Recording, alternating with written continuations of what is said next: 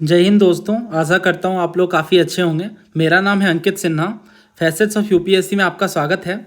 Video में आगे बढ़ने से पहले समग्र बैच जो कि सिविल सर्विसेज के लिए है, इसके बारे में बता दूं तो इसमें ये सारे ही पेपर्स कवर्ड हैं। वीडियो पोस्ट करके आप पढ़ सकते हैं। इसके अलावा एनसीईआरटीज़ भी काफ़ी थोरोली कवर्ड है और बहुत ज़्यादा हेल्पफुल बैच है, क्योंकि इसमें जो भी पीवाईक्यूज़ हैं वो सारा हम टॉपिक वाइज तरीके से डिस्कस करते हैं। और हमारी पीवाईक्यू कवरेज भी बहुत ही ज़्यादा वास्ट है, क्योंकि हम स्टेट पीसीएस के क्वेश्चन भी कवर करते हैं। ये नंबर है जहाँ से आप ज़्यादा जानकारी ले सकते हैं व्हाट्सएप के थ्रू। अब आगे बढ़ने से पहले मैं बताऊं कि जो सीआईएसएफ की एनालिसिस है वो हम पिछले 3 सालों से करते आ रहे हैं यूट्यूब पे। तो आप सर्च करोगे टॉपिक वाइज कि CISF 2025 analysis bye facets of UPSC, आपको मिल जाएगी वीडियो, आप उन्हें भी देख सकते हैं। तो पहले हम हिस्ट्री की बात कर रहे हैं। तो हिस्ट्री के जो भी क्वेश्चन है वो हम डिस्कस करेंगे वन बाय वन। तरीका आप जानते हो, वीडियो पोस्ट करना, अटेम्प्ट करना है। बहुत सारे क्वेश्चन अन्य एग्जाम में भी आपको देखने को मिलेंगे कि वो रिपीटेड हैं। तो ये पहला सवाल है। इसमें आपसे लैंड के बारे में दे रखा है उन्होंने। चोल इंस्क्रिप्शन में जो मेंशन्ड है, तो इंस्क्रिप्शन का मतलब क्या होता है? अभिलेख, यानी जो पत्थरों में लिखा गया है। और ये चोल डायनेस्टी की बात है। तो जमीन के प्रकार हैं, ये टाइप्स हैं। सालभोग, पलिछंदम, वेलनवागई, तिरुनामत्तुकनी, ये क्या लैंड के टाइप हैं। और आपको बताना है किस पर्पस में ये यूज किए जा रहे थे। अब अगर आप हमारे यूट्यूब चैनल के भी रेगुलर व्यूवर हैं तो भी आपको ये पता होगा कि एनडीए के एनालिसिस के टाइम पे हमने डिस्कस किया है। कौन सी एनडीए की? तो 2025 वाली एनालिसिस। मैं ये फाइल आपको दिखाता हूँ ताकि सारी चीज़ें कनेक्ट हो जाएं। तो ये जस्ट अ सेकेंड, हाँ, ये सूरवीर बैच की भी मैंने डिटेल्स बताई थी, क्योंकि वो एनडीए के लिए हेल्पफुल है। तो ज्योग्राफी की एनालिसिस की थी हमने पहले, देन इसके बाद हमने बात करा था हिस्ट्री के ऊपर। और हिस्ट्री में भी काफ़ी सारे क्वेश्चन थे, जिसमें से ये एक क्वेश्चन था कि चोल इंस्क्रिप्शन में अलग अलग कैटेगरी ऑफ लैंड की बात की जाती है। कौन सी ऐसी कैटेगरी है जो स्कूल मेंटेनेंस के लिए है? तिरुनामत्तुकनी, सालभोग, वेलनवागई और पलिछंदम। तो मैंने आपको बताया था 7th क्लास की एनसीईआरटी मेंशन्ड है। और ये आपको पता होना चाहिए दोस्तों कि चोल इंस्क्रिप्शन में जमीन के अलग अलग प्रकार की ये बात करते हैं। और चोल डायनेस्टी अपने आप में बहुत माइटी रूलर्स की डायनेस्टी थी। और इनमें जो लैंड की कैटेगरीज हैं वो वेलनवागई है। वेलनवागई क्या है? तो नॉन ब्राह्मण पीजेंट प्रोप्राइटर्स, मतलब आप समझो ये किसान से जुड़े हुए जमीनों की बात कर रहे हैं। दूसरी ब्रह्मदेह है, यानी ब्रह्म यानी ब्राह्मण से एसोसिएटेड है। ब्राह्मण को जो लैंड गिफ्ट में दी जा रही है वो ब्रह्मदेह कहला रही है। दे यानी देना से एसोसिएटेड होगा, माइट भी। और साल भोग है, तो साल भोग स्कूल के मेंटेनेंस से जुड़ा हुआ है, ठीक है। और देवदान, देवदान तो नाम समझ आ रहा है, देव यानी देवता से एसोसिएटेड है। तो ये टेम्पल्स में जो लैंड गिफ्ट किए जा रहे थे, लैंड ये गिफ्ट कौन करेगा? ऑब्वियसली किंग करेंगे। तो जो टेम्पल्स के लिए जमीनें दान में दी गई राजाओं के द्वारा, वो देवदान या तिरुनामत्तुकनी कहलाती हैं। और पलिछंदम क्या है? तो जैन इंस्टीट्यूशंस के लिए जो लैंड डोनेट की जा रही है वो पलिछंदम है। आपको शुरू में लग सकता है कि क्या ही नाम है, कैसे याद होंगे, पर ये बहुत इजीली याद हो जाते हैं। वो हमारे बैच स्टूडेंट्स को पता है, क्योंकि वो सारा कुछ हम एक जगह पे पढ़ते हैं। और इसके अलावा बहुत सारे पीवाईक्यूज हैं। तो देखो, स्कूल मेंटेनेंस की बात है तो साल भोग, तो मतलब सिर्फ आप इतना पढ़ के नहीं छोड़ सकते, बाकी के ऑप्शंस भी आपको प्रिपेयर करने हैं। और ये तो आप जानते हो कि ये जो क्वेश्चन है वो आपस में इंटरकनेक्टेड हैं, एक क्वेश्चन दूसरे क्वेश्चन से रिपीट होता रहता है। तो साल भोग क्या होगा? अभी हमने पढ़ा कि स्कूल मेंटेनेंस की बात है। पलिछंदम क्या है? तो जैन इंस्टीट्यूशंस को जो लैंड डोनेट की जा रही है। इसके अलावा वेलानवगई क्या है? लैंड ऑफ नॉन ब्राह्मण पीजेंट प्रोप्राइटरशिप। और तिरुनामत्तुकनी क्या है? लैंड गिफ्टेड टू टेम्पल, या देवदान भी इसे कहते हैं। तो तिरुनामत्तुकनी या देवदान, है ना, सही है ना। तो ये देखो, लैंड गिफ्टेड टू टेम्पल क्या है? देवदान है, तिरुनामत्तुकनी। ये साइड में मैंने लगा दिया। तो वेलनवागई है लैंड ऑफ नॉन ब्राह्मण पीजन प्रोप्राइटरशिप। तो आई गेस ये 3 है, 2 है, 1 है और 4 है। 3, 1, 2, 4 किस में है? सबसे पहले 3 है, फिर 2 है, फिर 4, 1। तो 3, 2, 4, 1 सी आई गेस यहाँ पे सही आंसर है। तो अब तो समझ ही गए होगा ओवरऑल आंसर इसका। इंपॉर्टेंट तो है, बट इससे ज़्यादा इंपॉर्टेंट ये है कि आप इस क्वेश्चन को किस तरह से देखते हैं। इस तरह से हमें देखना है कि सिर्फ ऑप्शन हमें एनालाइज नहीं करना है, बाकी ये चीज़ें भी पढ़नी है। नेक्स्ट क्वेश्चन की ओर हम बढ़ेंगे। तो इसमें इन्होंने कहा है, while in search of iron ore deposit, Charles Weld, जो कि एक अमेरिकन जियोलॉजिस्ट हैं, और इनके साथ दोराबजी टाटा जी हैं, और ये ट्रैवल कर रहे थे छत्तीसगढ़ में 1904 ईस्वी में। और इनकी ये अभिलाषा थी, उम्मीद थी कि हम एक आयरन और स्टील फैक्ट्री को खोलेंगे भारत देश में। तो इस प्रोसेस में ये ट्राइबल पीपल्स के साथ कॉन्टेक्ट में आते हैं, जो आयरन ओर को बास्केट यानी टोकरियों में भरकर ले जा रहे होते हैं। और इनसे उन्हें समझ आता है कि यहाँ पे आयरन का सोर्स है। और आपसे ये पूछा जा रहा है कि किस ट्राइब के साथ एसोसिएटेड थे, मतलब किस ट्राइब को उन्होंने ऐसा करते हुए देखा था कि आयरन और ये बास्केट में भर के ले जा रहे हैं? खारवर, मुंडा, संथाल और अगड़िया। देखो छत्तीसगढ़ से एसोसिएट करो आप तो ये दो मेजरली एलिमिनेट हो सकते हैं, मुंडा और संथाल मोस्टली झारखंड में देखने को मिलते हैं।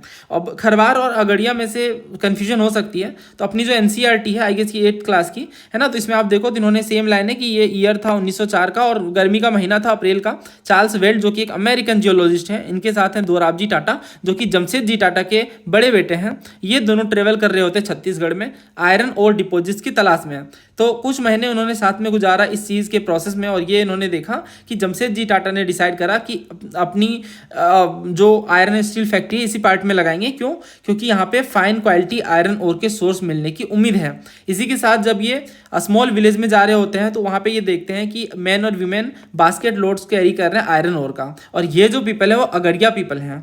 जब इनसे पूछा गया तो इन्होंने बताया कि एक हिल है दूर में और वहाँ पे ये आयरन ओर्स देखने को मिलते हैं। इसके बाद ये हिल में जाते हैं और फिर बाकी चीज़ें चेक करते हैं, एक्सप्लोर करते हैं। ठीक है, और जो राजहर हिल्स है ये इनका जो ओर है आयरन ओर वो बेस्ट है, वन ऑफ द बेस्ट है वर्ल्ड में। ठीक है, तो यहाँ पे आंसर क्या है? Option D Agariya. तो आप समझ गए एनसीईआरटी इंपॉर्टेंट है दोस्तों, आप स्किप नहीं कर सकते हो।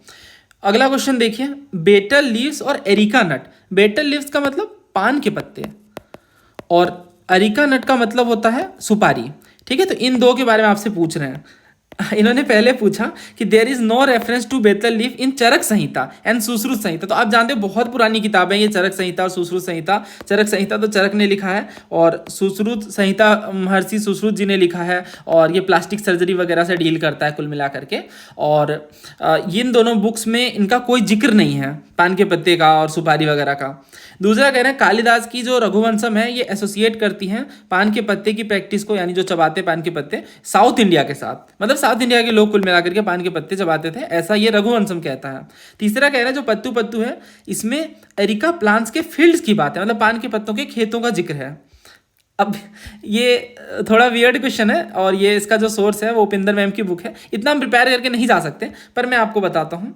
अच्छा, अगर आपने हमारी ट्रिक्स वाली वीडियो देखी है तो मैंने आपको ये बताया है कि जो जनरली नेगेटिवली एसोसिएटेड स्टेटमेंट होते हैं, जो नेगेटिवली वर्डेड होते हैं, वो यूजुअली गलत होते हैं, हमेशा नहीं, यूजुअली। थोड़ा वहाँ पे भी लॉजिक लगाना होगा। अगर मैं इसे ऐसे सोचूं कि ये दोनों बुक्स तो काफ़ी पुरानी हैं और इन दोनों बुक्स के बहुत सारे वॉल्यूम्स भी होंगे, इसके अलावा ये जो बहुत पुरानी बुक्स हो जाती हैं उनका कई बार रेफरेंस पॉइंट नहीं मिल पाता है, तो उस केस में हम एग्जैक्टली ये नहीं बता पाते कि इतनी मोटी बुक में, इतने हजारों पेजेस वाली बुक में ये बात है या नहीं। तो वो यूजुअली जो नो वाला स्टेटमेंट है ना, ये एक्सट्रीम बनाता है, और इस तरह के सवालों में ये हमेशा गलत होगा। हम नहीं कह सकते ना रेफरेंस होगा या नहीं होगा, क्योंकि बहुत बल्कि है एंड थोड़ा भी अगर उसका जिक्र भी कहीं उन्होंने दे रखा है तो फिर वो स्टेटमेंट फ्रेम करना बहुत मुश्किल हो जाता है। तो यूजुअली ऐसे स्टेटमेंट गलत होते हैं, ये आप खुद ही सीख जाओगे प्रैक्टिस से। तो अगर मैं पहला भी एलिमिनेट करूँ ना तो यहाँ पे आंसर निकल के आता है। बाकी ये तो लॉजिक है, इसमें बहुत ज़्यादा ये आप नहीं कह सकते हो हमेशा ये सही ही होगा। फिलहाल हम इसे सोर्स से कवर कर लेते हैं। तो ये उपिंदर मैम की बुक में इन्होंने बेटल लीव्स और अरिका नट्स के बारे में बता रखा है कि जो पान को चबाने की प्रथा है वो पर्ण शब्द से आई है। बेसिकली पान जो वर्ड है वो, जिसका मतलब लीफ होता है यानी पत्ता होता है, और साउथ ईस्ट एशिया से पुराना इतिहास जुड़ा हुआ है। इसके अलावा जो एरिका नट के ग्रिड्स है जिसे हम सुपारी कहते हैं, are folded into a leaf of betel vine. तो आप जानते हो पान के पत्ते में इन्हें लपेटा जाता है और इसके अलावा कुछ लाइम और कत्था वगैरह का पेस्ट मिलाया जाता है और इस तरह से ये पान के जो पत्ते हैं वो तैयार होते हैं, मतलब जो पान ओवरऑल है वो तैयार होता है। इसका जो ओरिजिन है वो कहाँ दे रखा है, तो साउथ ईस्ट एशिया में इन्होंने दे रखा है। ठीक है, और इसके अलावा इन्होंने ये कहा जो अरिका नट यानी जो सुपारी है ये थाईलैंड वगैरह में भी देखने को मिले हैं और ये बहुत पुराने, मतलब 10,000 BC की बात कर रहे हैं, है ना। और इसके अलावा स्कल्स भी, यानी वैसे स्कल्स मिले हैं, खोपड़ियाँ मिली हैं जिनमें स्टेंड टीथ है यानी दांत में धब्बे हैं, जो ये बताते हैं कि ये माइट भी पान के पत्ते चबाते होंगे फिलीपाइन से। और इसके अलावा जो अरिका नट है ये कह रहे हैं माइट भी ये सेंट्रल मलेशिया से ओरिजिनेट हुआ होगा। और इसी में आप देखो तो जो बेतल लीव्स की चीविंग है ये जातक स्टोरीज में भी मेंशन्ड है जो बुद्धिज्म से एसोसिएटेड है, और चरक और सुश्रुत संहिता में मेंशन्ड है, बृहद संहिता में मेंशन्ड है, और बहुत सारे जो पुरानी बुक्स हैं, संहिताएं हैं, उनमें मेंशन्ड है ये। इनफैक्ट मंदसौर इंस्क्रिप्शन में भी पान के पत्तों का जिक्र है। कालिदास की जो रघुवंशम है ये बताती है कि साउथ इंडिया के लोगों के साथ ये प्रैक्टिस जुड़ी हुई है। जो शूद्रक की मृच्छकटिकम है दोस्तों, अपने आप में एक क्लासिक एपिक है, बहुत पुरानी बुक्स हैं ये भी, और इनमें भी बेटल लीफ यानी पान के पत्तों का जिक्र है कि इन्हें कपूर के साथ खाया जा रहा है वसंत सेन के मेंशन में। और इसके अलावा शिलापादिक्रम है जिसमें कणगी रहती हैं जो वो सर्व करती हैं बेटर लीफ और अरिका नट अपने हस्बैंड कोवलन को, है ना, जब उनकी लास्ट मील हो रही होती है। उम्मीद है आपने ये हमारी वीडियो रेफर करी होंगी शिलापादिक्रम के बारे में, जो मैंने आपको बताया था, और ये स्टोरी बताई थी किस तरह से कणगी पूजा एंड बाकी चीज़ एसोसिएटेड है। तो उनमें भी आप देखो तो ये अपने हस्बैंड को बेटर लीव यानी पान के पत्ते सुपारी के साथ सर्व कर रही हैं। इसके अलावा देखो पट्टू पट्टू में भी मेंशन है अरिका पाम्स वगैरह के फील्ड। ठीक है, तो जो आंसर है वो हम देख पा रहे हैं साफ तौर से कि चरक संहिता, सुश्रुत संहिता, इसके अलावा और भी काफ़ी सारी बुक्स हैं उनमें ये मेंशन है, जैसे बृहद संहिता, जातक स्टोरीज, मंदसौर इंस्क्रिप्शन। तो इस वजह से पहला तो गलत हो जाता है, और अगर पहला गलत है तो फिर बाकी दोनों सही हैं। सो आंसर क्या है? सी 2 और 3। नेक्स्ट क्वेश्चन देखिए, तो इसमें आपसे कह रहे हैं Guru Arjun Dev compiled Gurbani in which of the following text? Guru Granth Sahib, आदि ग्रंथ साहिब, शबद या नाम कीर्तन? तो ये गुरु अर्जुन देव आप जानते हो ये सिखों के 5th गुरु हैं। गुरु अर्जुन देव जी के बारे में इन्होंने पूछा कि जो गुरबानी है ये किस टेक्स्ट में है। गुरबानी अपने आप में आप जानते हो बहुत ही फेमस है और एक रिलीजियस सिग्निफिकेंस रखती हैं।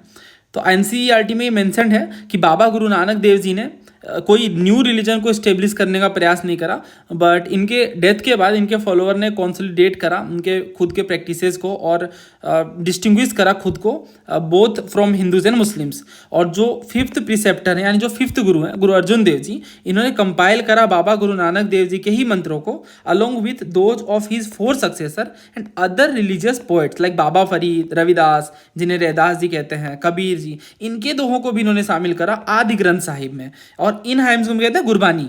ठीक है, इन हाइम्स को क्या कहते हैं? गुरबानी। तो इसमें आप देखो तो और भी हाइम्स हैं और भी 4 सक्सेसर्स के, जैसे बाबा फरीद जी के हैं, रविदास जी के हैं, कबीर जी के हैं, इनके भी मेंशन है आदि ग्रंथ साहिब में। तो इस हिसाब से जो आंसर है वो ऑप्शन बी होगा, आदि ग्रंथ साहिब। तो ये चीज़ अपनी थीम एनसीईआरटी में मेंशन्ड है भक्ति सूफी ट्रेडिशन वाले चैप्टर में, जो मैंने आपको कंप्लीट पढ़ाई है। तो जब भी हमने कोर्स पे भी डिस्कस करा भक्ति सूफी को, तो वहाँ पे मैंने आपको कंप्लीट चैप्टर पढ़ाया था एनसीईआरटी से, अगर आपको याद हो तो। और हमने ये कई बार डिस्कस भी करा है। तो बाबा गुरु नानक देव जी और इनके सेक्रेट वर्ड्स के बारे में ये देखते हैं कि बाबा Guru Nanak was born in a Hindu merchant family in a village called Nankana Sahib near the river Ravi in the predominantly Muslim Punjab. He trained to be an accountant and studied Persian. इसके बाद he was married to a young age but he spent most of his time among Sufi and Bhakt. He also traveled widely. और message क्या था? Hymns और teachings के रूप में हम देखते हैं, और निर्गुण भक्ति सेंट है ये बात आपको ध्यान रखना है, बहुत ही ज़्यादा इंपॉर्टेंट है। इसके बाद ये कहते हैं सेक्रीफाइस वगैरह को रिजेक्ट करते हैं, रिचुअल बाथ्स को, इमेज वर्शिप को और ऑस्टेरिटीज़ को, और दोनों ही हिंदू एंड मुस्लिम के स्क्रिप्चर्स को। For Baba Guru Nanak the absolute और रब हैड नो जेंडर और for he proposed a simple way to connect to the divine by remembering and repeating the divine name, जिन्हें हम शब्द कहते हैं, यानी जो बार बार हाइम्स रिपीट होते हैं उनसे कनेक्ट करने की बात करते हैं, पंजाबी में जो लैंग्वेज है ना। इसके अलावा आप देखो जो बाबा Guru Nanak these you would sing these composition various राग while his attendant Mardana played the रबाब। तो इनके जो अटेंडेंट है मर्दाना वो रबाब बजाते थे और ये इन हाइम्स को गाते थे, कंपोज करते थे, है ना। इसी के साथ ही आप देखो तो Baba Guru Nanak organised his follower into a community. He set up rules for congregational worship, जिन्हें संगत कहते हैं, और इसमें कलेक्टिव रिसाइटेशन होता है। रिसाइटेशन यानी वही शब्द की जो बात कर रहे हैं। इसके बाद इनके जो डिसाइपल्स हैं अंगद, उन्हें ये सक्सीड करने के लिए अपॉइंट करते हैं। तो इसका आंसर साफ तौर से आदि ग्रंथ साहिब है। और गुरु ग्रंथ साहिब जैसा कि आप जानते हो ये फाइनल और इटर्नल होली स्क्रिप्चर है, और ये जो गुरु ग्रंथ साहिब हैं ये गुरु गोविंद सिंह जी ने कंपाइल करा है, कंपोज करा है ना। तो इस हिसाब से ये तो आंसर होगा नहीं। और शब्द का मतलब हमने समझा, ये हाइम या सेक्रेड वर्सेस कहलाते हैं। और जो नाम कीर्तन है वो क्या है? ये डिवोशनल सिंगिंग या गॉड के नेम की चैंटिंग को हम नाम कीर्तन कहते हैं। नेक्स्ट क्वेश्चन देखिए, विजयनगर एम्पायर के बारे में कुछ स्टेटमेंट्स हैं और आपको ये बताना है कि कौन कौन से यहाँ पे करेक्ट हैं। पहला कह रहा है जो रूल है विजयनगर के, जो रूलर्स हैं वो राय कहलाते हैं। और दूसरा जो हॉर्स हैं ये इंपोर्ट किए जा रहे थे चाइना और साउथ ईस्ट एशिया से। और तीसरा विजयनगर अपने मार्केट के लिए फेमस है जो स्पाइसेस, टेक्सटाइल और प्रीशियस स्टोन्स के साथ डील करता है। तो अगेन हमारी जो थीम एनसीईआरटी है इसमें आप अगर पढ़ोगे, जो कि मैंने डिस्कस करा है, यूट्यूब पे पढ़ाया है, तो इसमें ये कहते हैं कि रूलिंग एलिट्स इन एरियाज़ में अपने पेट्रोनेज को बढ़ाते हैं।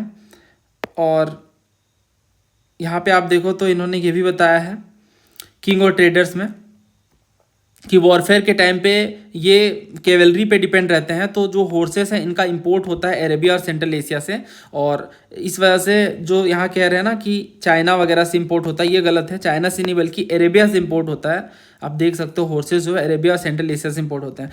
मगर अगर आप इसे एलिमिनेशन से सॉल्व करना चाहो तो भी ये सॉल्व हो जाएगा। देखो तीसरा बहुत ही सिंपल सा स्टेटमेंट है, जितने भी ट्रेवलर्स आए उन्होंने बताया स्पाइसेस वगैरह के साथ ये डील करते हैं, तो तीसरा तो हमारे आंसर में होगा। बड़ा ही जेनरिक है, टेक्सटाइल स्पाइसेस तो हर किंगडम में मेजरली देखने को मिलते ही हैं। तो इस हिसाब से अगर तीसरा सही है ना तो ये दो तो हट ही जाते हैं। हमें फर्स्ट और सेकंड में चेक करना था।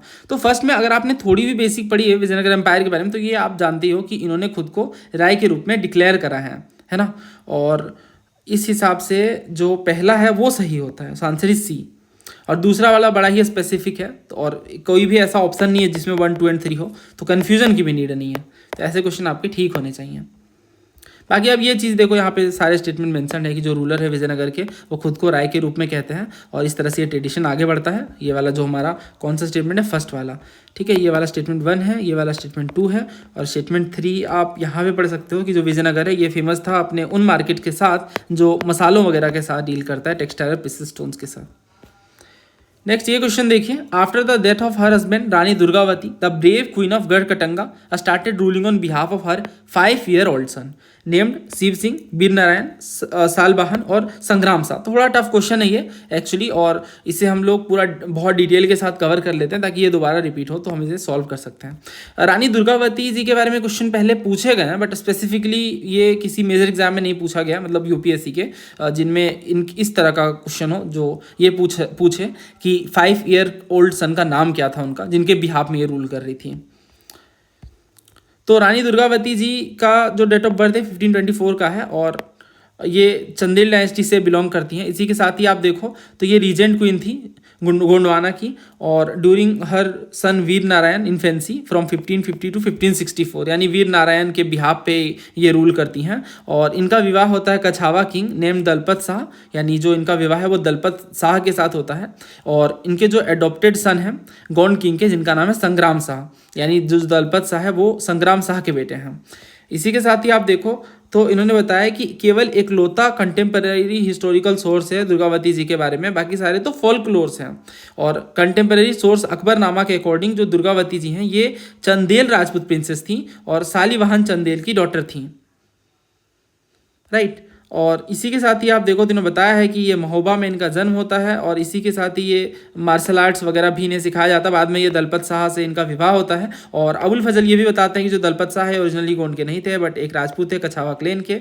बाद में ये बताते हैं कि he was adopted by Gond king संग्राम शाह। तो संग्राम शाह असल में आंसर नहीं है, क्योंकि जो संग्राम शाह है ये दलपत शाह के पिताजी हैं संग्राम शाह, है ना, और संग्राम शाह के बेटे हैं दलपत शाह। तो इस हिसाब से ये तो आंसर होगा नहीं, तो इन्हें हम एलिमिनेट करते हैं। इसका सही आंसर क्या है, वीर नारायण है। जैसा कि हमने पढ़ा कि जो इनके इन्फेंट हैं, उनके जो सन हैं, उनका नाम है वीर नारायण। तो वीर नारायण के बिहाफ में ही रूल करती हैं। तो मेरे हिसाब से यहाँ पे जो आंसर है वो ऑप्शन बी होना चाहिए। तो ये कुछ बातें थी जो आपको ध्यान रखनी है। नेक्स्ट ये देखिए, who among the following ruler from Kashmir is credited with having taken major steps to prevent the flood water of Mahapadma lake from damaging crop. तो ये भी बड़ा ही टफ क्वेश्चन है, स्पेसिफिकली कश्मीर के रूलर के बारे में पूछा गया है। तो इसमें जो बातें हैं बहुत ही डेप्थ वाली हैं। हालांकि मैंने आपको कश्मीर के रूलर्स के बारे में पढ़ाया, पर किसी बुक में इतने डेप्थ में ये चीज़ें डिस्कस नहीं है। मैंने आपको ये बताया था कि कश्मीर किंगडम के बारे में आपको ध्यान रखना है कि कारकोट डायनेस्टी 7th सेंचुरी में आती है, जिनके फाउंडर दुर्लभ वर्धन है। और इसके बाद ललितादित्य मुक्तापिद हैं, जो कि कारकोट डायनेस्टी के बड़े ही फेमस रूलर हैं। देन उत्पल डायनेस्टी आती है, जो अवंती वर्मन स्टैब्लिश करते हैं, और इनके टाइम पे तंत्री, एकांग और जो दामर हैं उन्हें किंग मेकर कहा जाता है। इसके साथ ही आप देखो तो राज तरंगिनी में 3 विमेन की भी ये बात करते हैं, यशोवती हैं, सुगंधा है और दिद्दा है। तो दिद्दा यस्कार डायनेस्टी की होती हैं। फिर मैंने आपको बताया था कि जो क्वीन दिद्दा ये बड़ी फेमस है, और ये रूथलेस क्वीन के रूप में जानी जाती है एज पर कलहन, और ये क्षेम गुप्ता की वाइफ हैं। तो इस हिसाब से जो आंसर है वो क्या होना चाहिए, देखो ये अगेन बहुत सारी रिसर्च करके मैंने निकाला है ताकि मैं जो आंसर है वो बिल्कुल वेरीफाई हो जाए। बाद में ये रिपीट कर सकते हैं, फैक्चुअल क्वेश्चन है। तो इन्होंने ये बताया है, देखो ललितादित्य के बारे में, कि जो ललितादित्य है वो एग्जर्ट करते हैं खुद को from the cause of people welfare, कि मैं जनता की भलाई के लिए काम करता हूँ, और जो रिकरिंग फ्लड्स हैं, जो आने वाले बाढ़ हैं, उनसे प्रोटेक्ट करने के लिए ये क्या करते हैं, Lalitaditya drain the water of the overflowing Mahapadma lake, यानी महापद्मा लेक जो ओवरफ्लो करती हैं उनको ड्रेन करने के लिए काम करते हैं, सुटेबल चैनल्स बना करके, और इस हिसाब से जो बाढ़ का खतरा है वो कम हो जाता है। इससे लैंड प्रोड्यूस भी एक्वेंट होती है, यानी बढ़ जाती है। और कल्हन ये बताते हैं कि जो ललितादित्य हैं वो चक्रधर और अदर करेवा में भी अरेंजमेंट्स करते हैं जिससे वाटर लिफ्टिंग हो सके रिवर वितस्ता और उनके डिस्ट्रीब्यूटरीज के साथ। तो इस हिसाब से समझ आता है कि आंसर यहाँ पे ललितादित्य होना चाहिए। So we will go with option C, Lalitaditya Muktapida. तो ये एक दो क्वेश्चन है जो काफ़ी टफ है, इसके अलावा क्वेश्चन डुएबल है। एक क्वेश्चन मैंने हिस्ट्री का स्किप करा है, हरप्पन सिविलाइजेशन जुड़ा हुआ है, बट वो क्वेश्चन काफ़ी डिबेटेबल है, तो मैं थोड़ी और रिसर्च करना चाहूँगा उसमें। और बाकी के हिस्ट्री के क्वेश्चन आई गेस कवर हैं, अगर कोई स्किप है तो नेक्स्ट वीडियो में हम कवर कर लेंगे। अब उम्मीद है आपको इस वीडियो से कुछ नया सीखने को मिला होगा, और जैसा कि आप देख सकते हो ज़्यादातर सवाल रिपीटेड नेचर के हैं, तो आप काफ़ी अच्छा स्कोर गेन कर सकते हैं। हिस्ट्री में जो टारगेट लेते हैं हम 50-60% का, वो ईजिली हो जाता है PYQ NCERT से। जो ज्योग्राफी और जो अदर सेक्शन है पॉलिटी वगैरह, उनमें हमारा टारगेट काफ़ी ज़्यादा होता है हिस्ट्री के मुकाबले, तो उनमें तो और भी ज़्यादा क्वेश्चंस रिपीट होते हैं, वो आने वाली वीडियो में हम देखेंगे। तो ये नंबर है जहाँ से आप समग्र बैच के बारे में ज़्यादा जानकारी ले सकते हैं। अगर आप CDS या CAPF के लिए प्रिपेयर कर रहे हैं तो सूरवीर बैच के बारे में भी आप जानकारी ले सकते हैं। धन्यवाद, जय हिंद।